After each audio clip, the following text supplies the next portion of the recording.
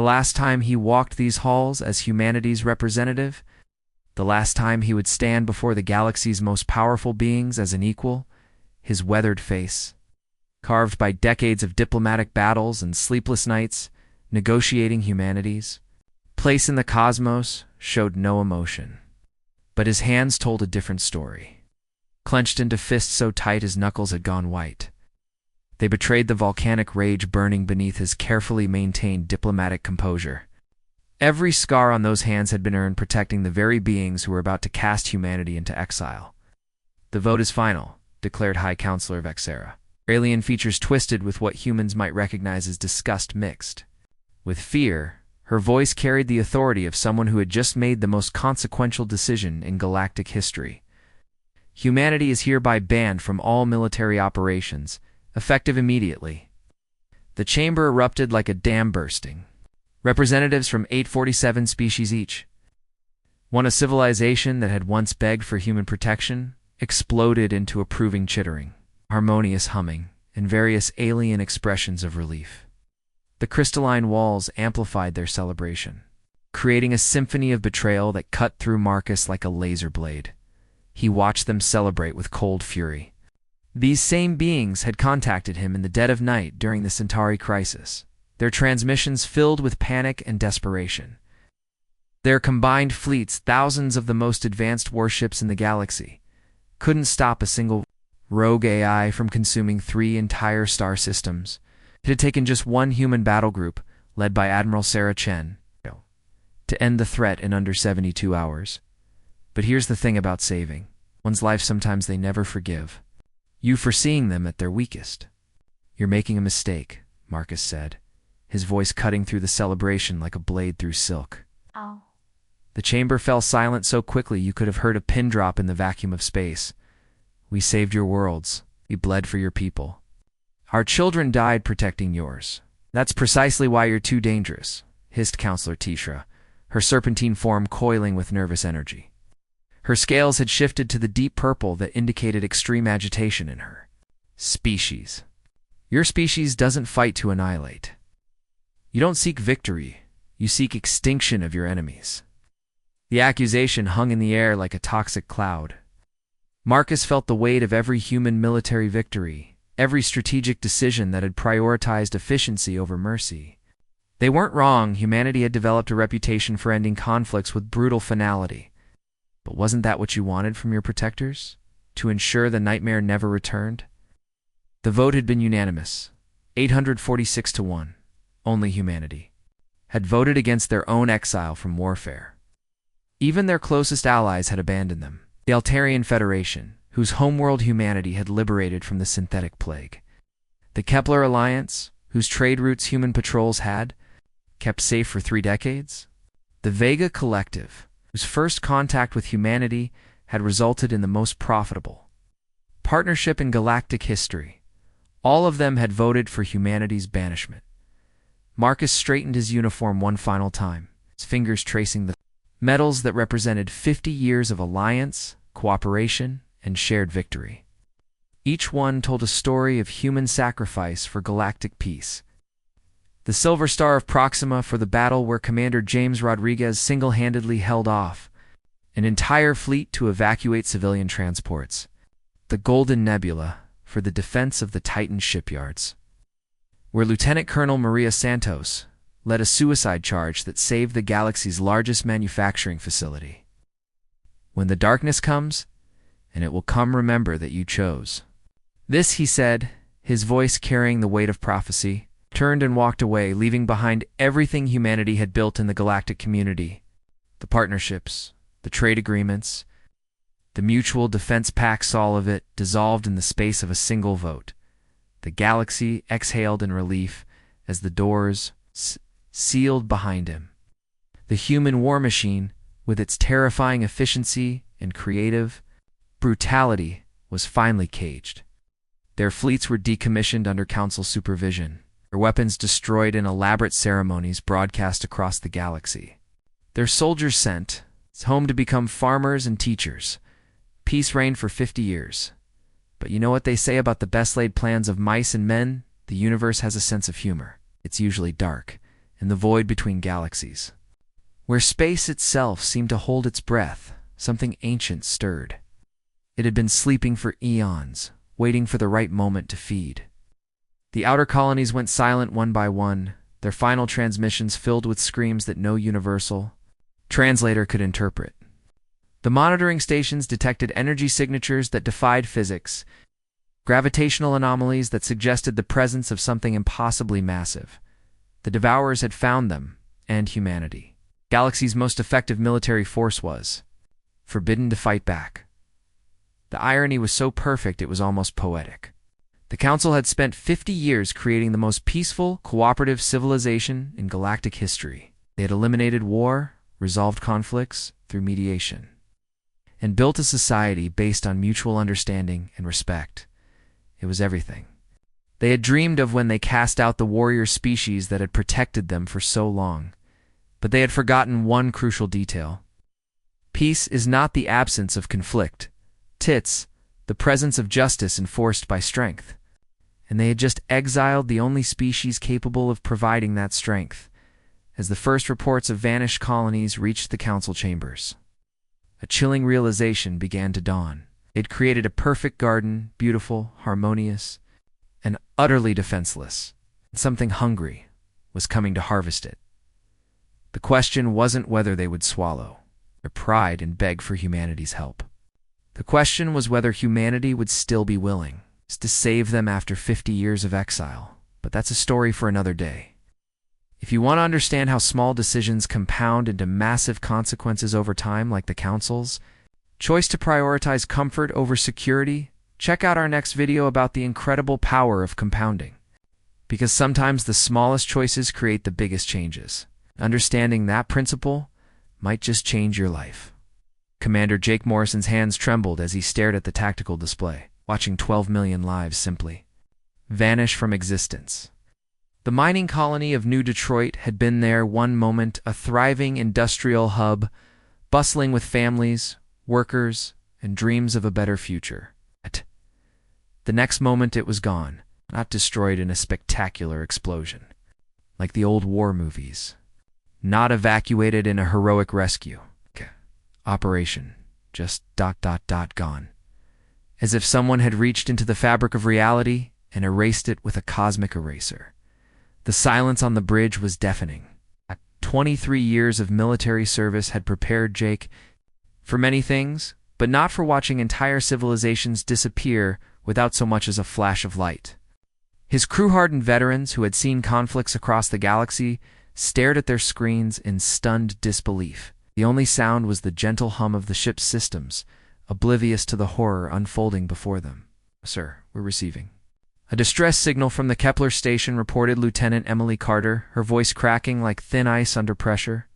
Emily had been his communications officer for 8 years, and Jake had never seen her composure shatter like this.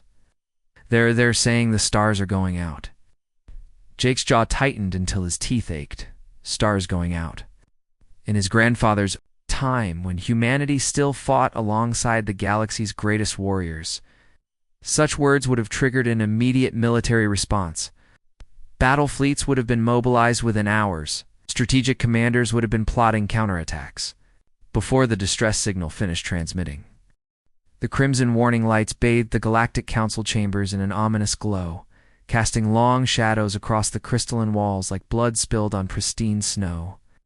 Ambassador Marcus Webb stepped through the massive doors, his military-issued boots echoing with the finality of a funeral march.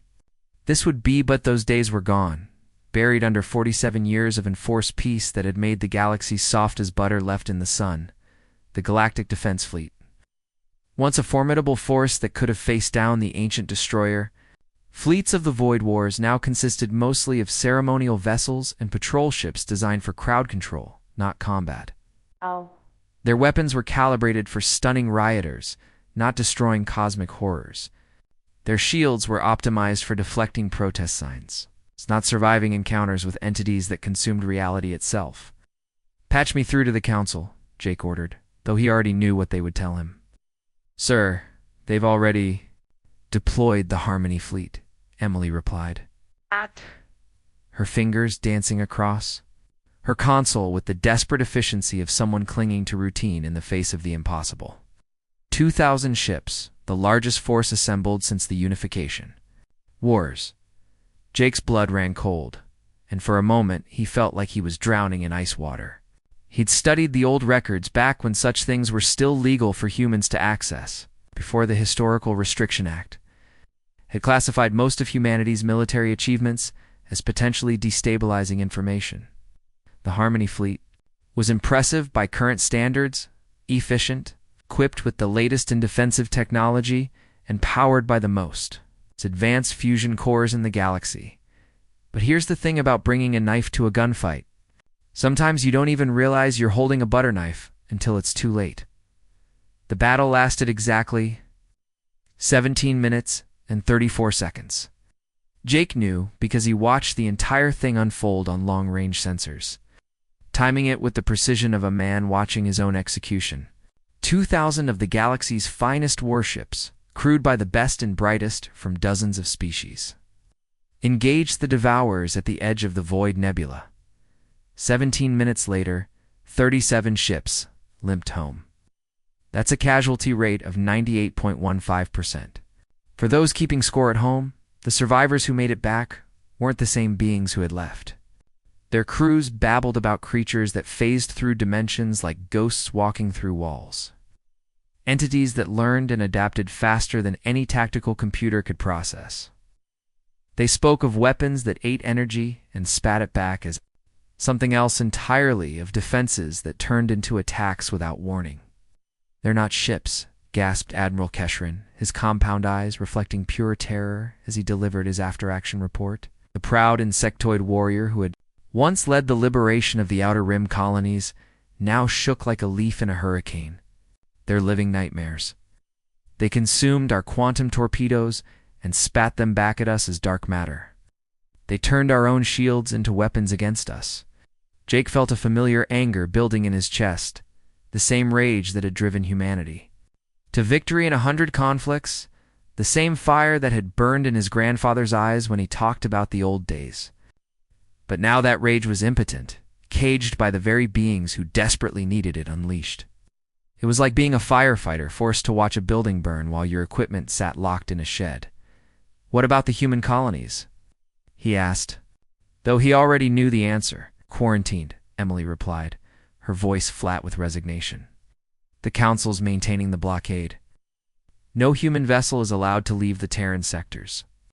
And there it was, the galaxy's greatest military force, locked away like a dangerous weapon in a safety deposit box while the house burned down around them. 3 more systems went dark that day, then 7, then 23. The Devourers moved through space like cosmic cancer, consuming everything in their path with the methodical efficiency of a cosmic harvesting machine. They learned from every encounter, adapted to every weapon, evolved beyond every defense. The galaxy's greatest military minds, carefully selected from species known for their strategic thinking, were helpless against an enemy that redefined the rules of engagement with each battle. But you know what they say about desperate times. Calling for desperate measures, sometimes the cure is worse than the disease. In the depths of the emergency session, while panic spread through the council, chambers like wildfire, a junior aide cleared her throat. The sound was barely audible above the chaos, but it carried the weight of a bomb going off. "Counselor Vexthera, I've been reviewing the historical records. For the exclusion protocol, humanity's military success rate was 97.3% against conventional forces and 100% against unconventional threats." The chamber fell silent so quickly you could have heard a pin drop in the vacuum of space. The implication hung in the air like a death sentence written in burning letters.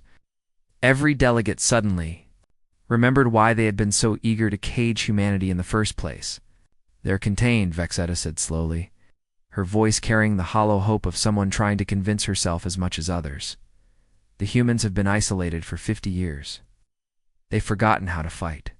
But deep in the Terran quarantine zone, in facilities that officially didn't exist and were funded by budgets that were classified beyond the reach of galactic oversight, Dr. Robert Kane was putting the finishing touches on Project Prometheus. The device in his hands looked innocuous enough, A simple metal sphere, about the size of a baseball, weighing maybe 2 pounds. But it represented 50 years of human ingenuity.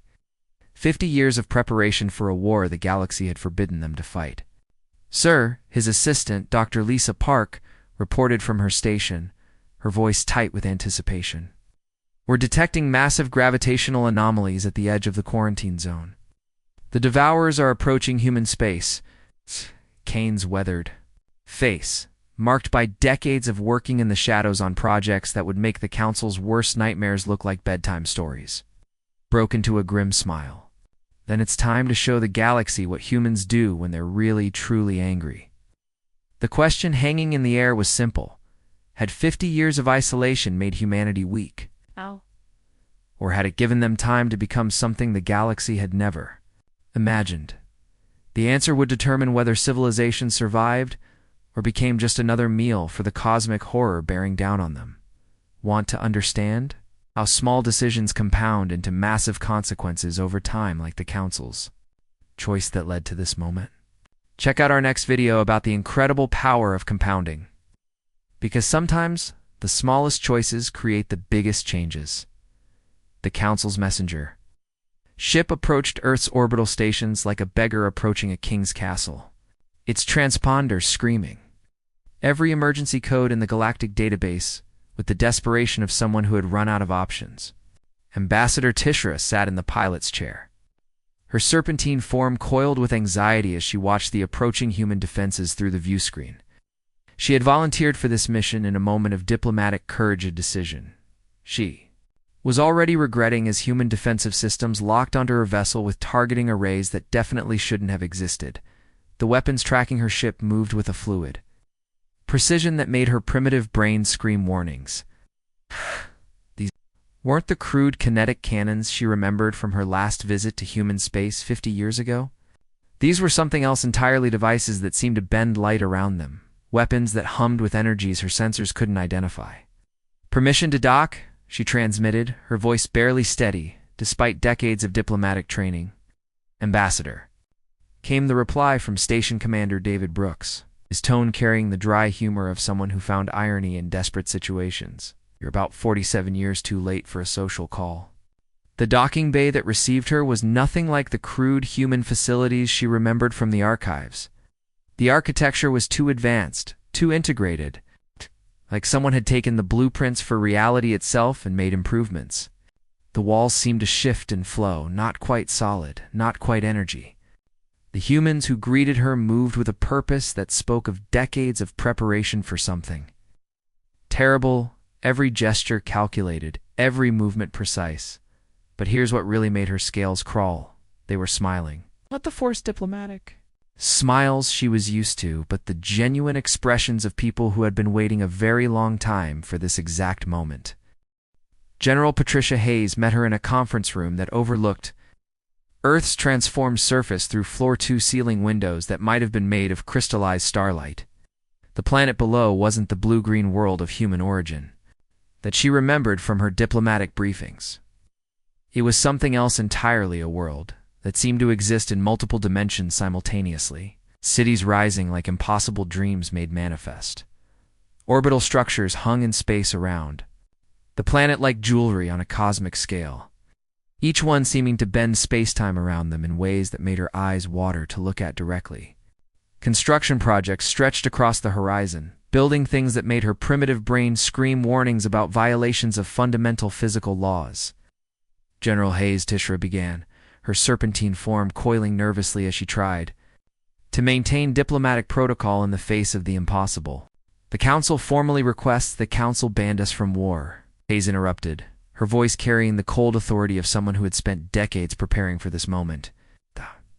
Each word was delivered with surgical precision, cutting through diplomatic niceties like a laser through tissue paper. "It's the Edict of Peace, as I recall.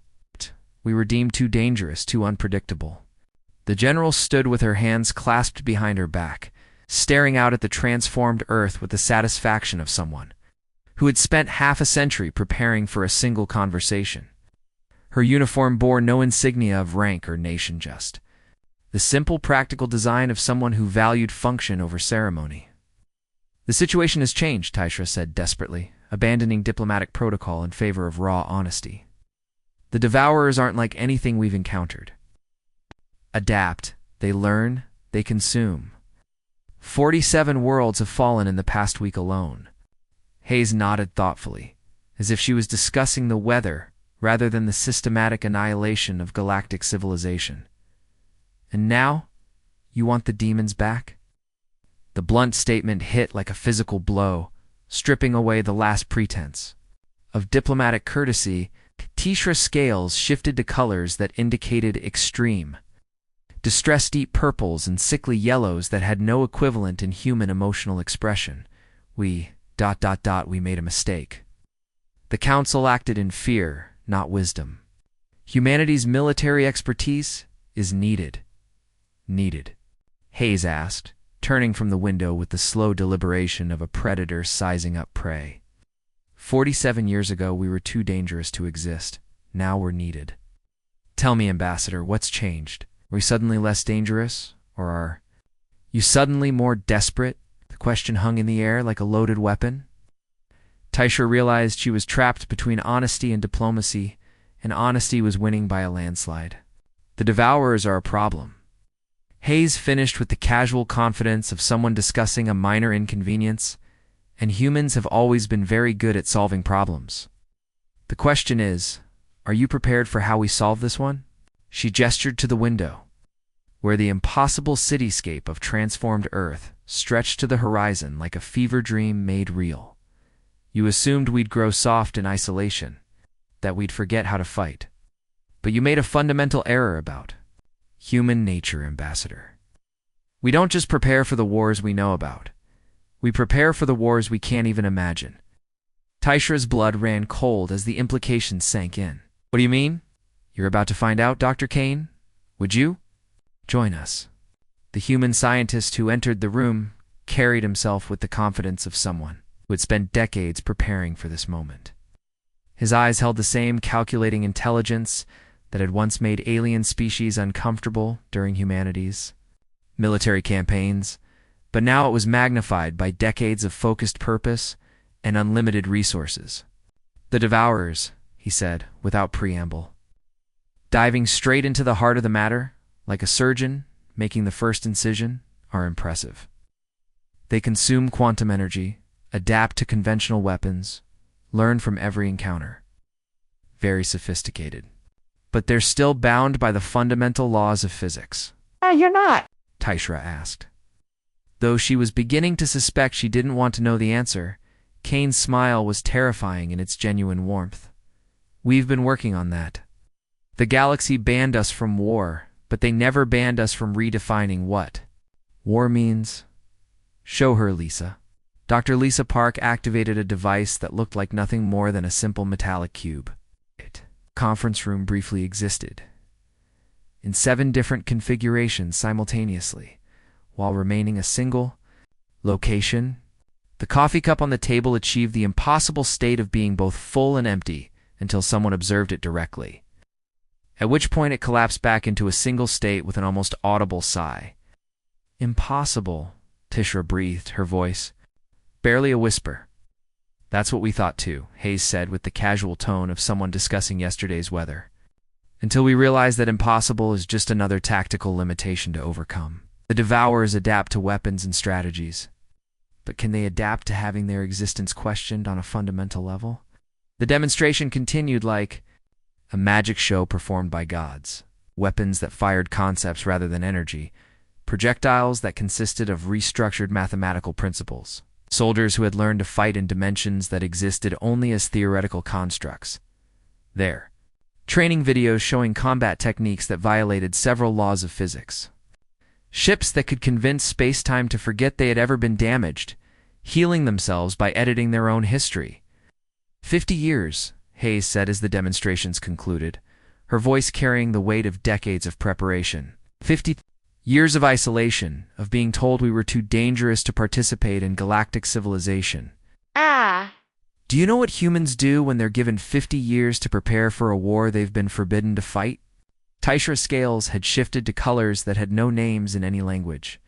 hues that represented emotions her species had never evolved to experience. I'm afraid to ask. We get ready to fight a war that will make the galaxy wish they'd never let us out of our cage. The words hung in the air like a promise, and a threat rolled into one. The question wasn't whether humanity would help. It was whether the galaxy would survive their help. Want to understand how small decisions compound into massive consequences over time, like humanity's 50 years of isolation? Check out our next video about the incredible power of compounding, because sometimes the smallest choices create the most dramatic transformations. The emergency session of the Galactic Council was chaos incarnate, a symphony of panic that would have been almost comical if the stakes weren't the survival of galactic civilization itself. Representatives from every surviving species crowded into the crystal chambers like refugees fleeing a cosmic hurricane, their varied forms creating a desperate cacophony of fear and hope that echoed off the crystalline walls. The air itself seemed to vibrate with terror as delegates who had spent decades perfecting the art of diplomatic courtesy abandoned all pretense of civilization. The Devourers had consumed 63 worlds in the past 3 days. Their feeding frenzy accelerating like a runaway train heading straight for the cliff of extinction. Each world that vanished wasn't just a strategic loss, it was 12 billion souls. Entire civilizations with their own cultures, dreams, and stories simply erased from existence as if they had never been born. The human response is concerning, reported Intelligence Chief Morden, his usually composed demeanor completely shattered like glass under pressure. The proud alien who had once dismissed human military doctrine as unnecessarily brutal now looked like someone who had stared into the abyss and seen something staring back. They've agreed to assist, but their terms are non-negotiable. What terms? Demanded Pretor Veltar, his crystalline form flickering with anxiety like a dying light bulb. The leader who had once confidently voted to exile humanity now found himself in the position of a drowning man questioning the lifeguard's credentials. Morden's voice dropped to barely above a whisper, as if speaking the words too loudly might somehow make them more real. Complete operational autonomy. No oversight, no restrictions, no questions asked. They want total freedom to engage the Devourers using any methods they deem necessary. The chamber erupted in terrified chatter that sounded like a flock of birds, suddenly realizing they were being hunted by a predator they couldn't see. Species that had once feared human military doctrine now feared what 50 years of isolation might have produced. It was like being afraid of a caged tiger, only to discover that the cage had been unlocked and the tiger had been taking correspondence courses in advanced physics. But here's the thing about rock-bottom situations. Sometimes you have to keep digging until you find bedrock. You have no choice, Veltar announced, his voice carrying the weight of cosmic resignation. The motion to suspend the human exclusion protocol passes by necessity. May the cosmos forgive us all. The vote was unanimous. This time, but for very different reasons than 50 years ago. Fear had united them again, but now it was fear of extinction rather than fear of humanity's methods. The human fleet that emerged from the Terran quarantine zone was an affront to sanity itself, a collection of vessels that hurt to look at directly, and made sensors malfunction in ways that suggested they violated several fundamental laws of physics. The ships were wrong in ways that organic observers couldn't quite articulate. They moved through space with a fluidity that suggested they weren't entirely bound by conventional physics, sliding between dimensions like fish swimming through different layers of water. Admiral Patricia Hayes' flagship, Prometheus Unbound, defied classification by every known standard of military engineering. It appeared to be simultaneously a single vessel and a small fleet, existing in multiple configurations at once, like a quantum mechanical joke told by a cosmic comedian with a very dark sense of humor. Its communication to the Council was brief and unsettling. We have the Devourer's attention. Beginning conversation. Commander Jake Morrison, now serving as the Council's military liaison, watched the tactical displays with growing horror as reality itself seemed to bend around the human fleet. They're not engaging in conventional combat, he reported to the assembled delegates, his voice cracking with the strain of trying to describe the indescribable. There. And that was the terrifying truth, no. One knew what humanity was doing because they had moved beyond the realm of conventional warfare into something that existed in the spaces between what was possible and what was necessary. The battle, if it could be called, that took place in the dead space between galaxies where the Devourers had been massing like cosmic locusts, preparing for the final harvest. What followed challenged every understanding of warfare, physics, and reality itself. It was like watching a chess match played with pieces that could rewrite the rules of the game. Mid-move. The humans didn't fight the Devourers in conventional terms. Instead, they engaged them in a form of combat that existed on multiple levels simultaneously.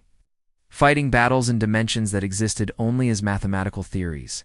Physical ships exchanged fire with energy beings, but the real battle was fought in the spaces between dimensions, in the quantum foam that underlies reality itself. They're not trying to destroy the Devourers, Jake realized, his voice filled with awe and terror in equal measure. They're trying to teach them.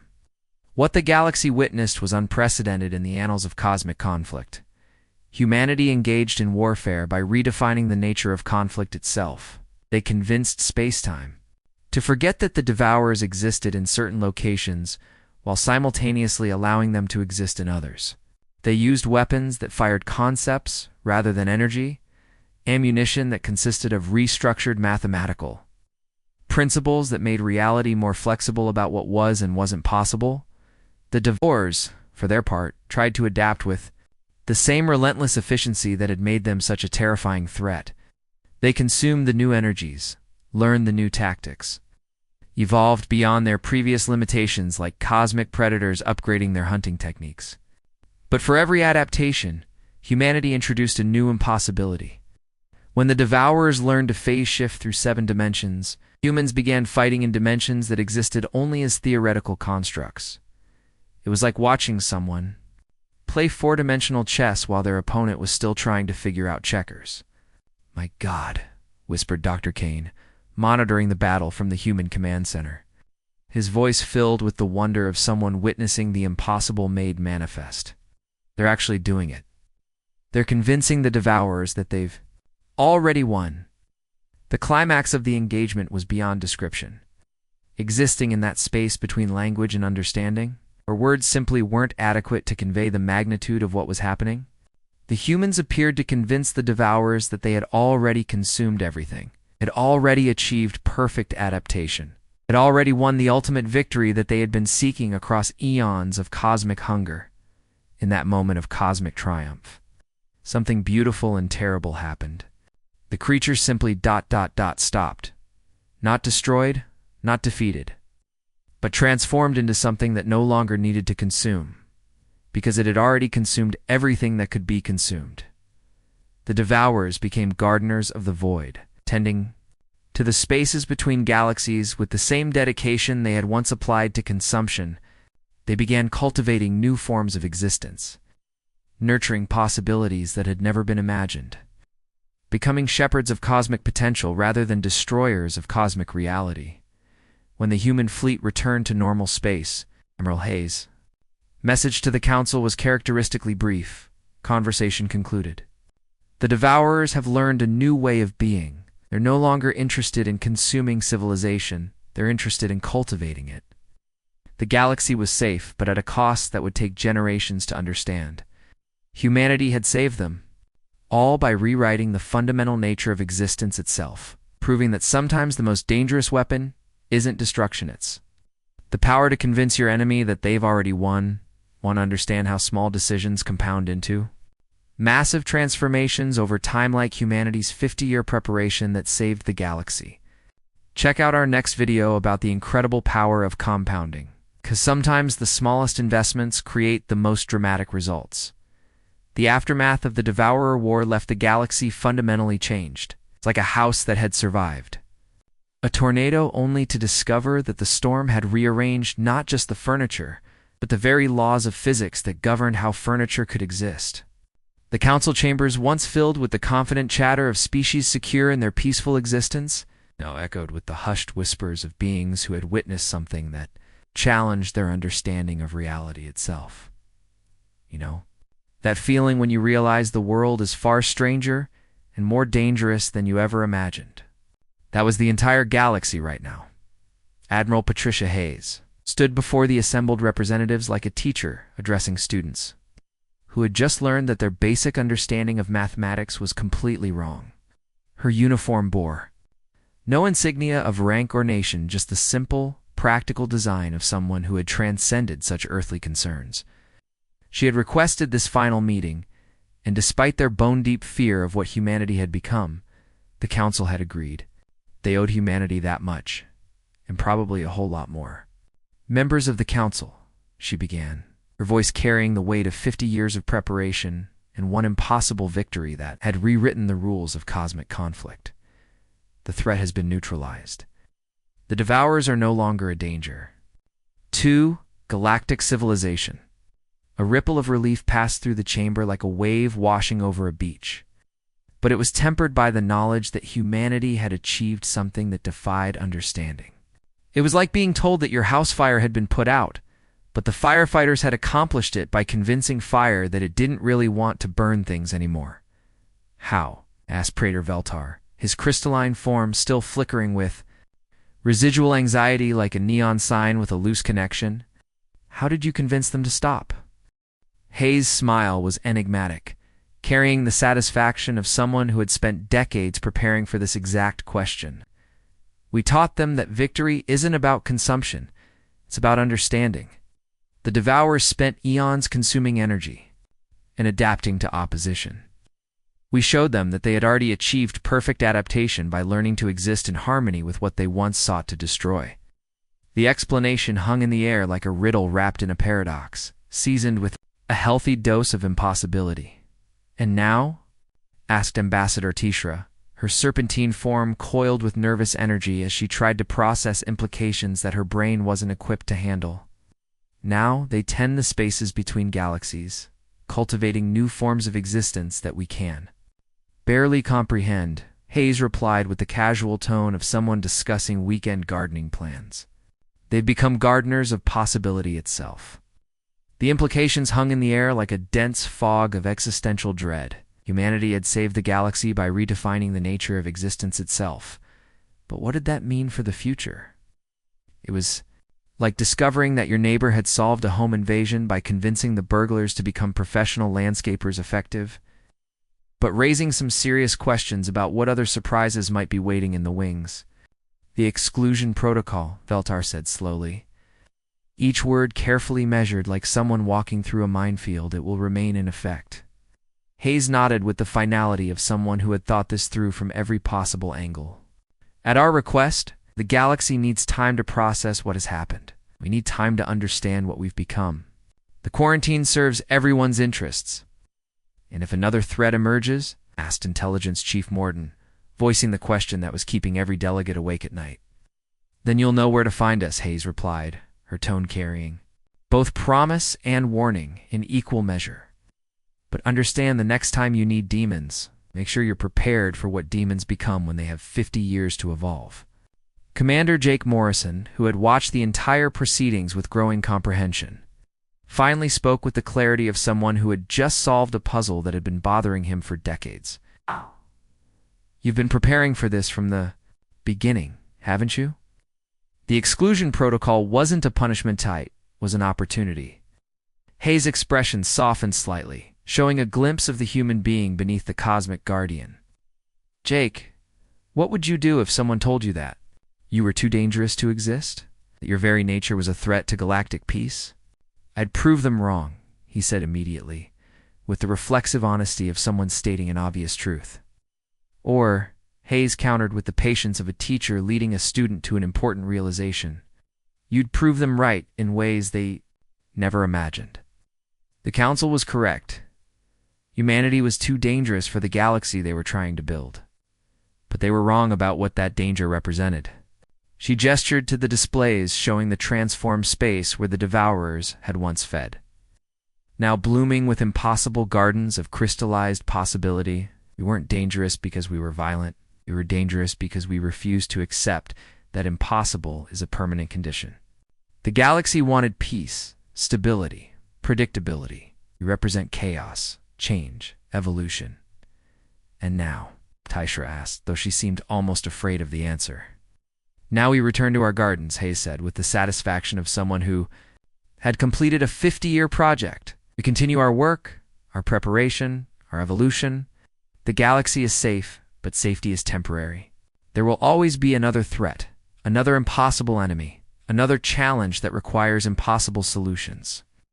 Dr. Robert Kane, who had been silent throughout the proceedings, like a bomb waiting to explode, finally spoke with the authority of someone who had spent decades staring into the cosmic abyss. The Devourers were just the beginning. In the deep spaces between galaxies, there are things that make the Devourers look like children playing with toys. Ancient intelligences that predate matter itself. Entities that exist in the gaps between. Thoughts. The galaxy isn't safe. It's just safer than it was yesterday. The council members exchanged glances filled with existential dread, people suddenly realizing that the monster under the bed was real, but there were much worse things hiding in the closet. The realization was dawning that humanity hadn't just saved them from one threat.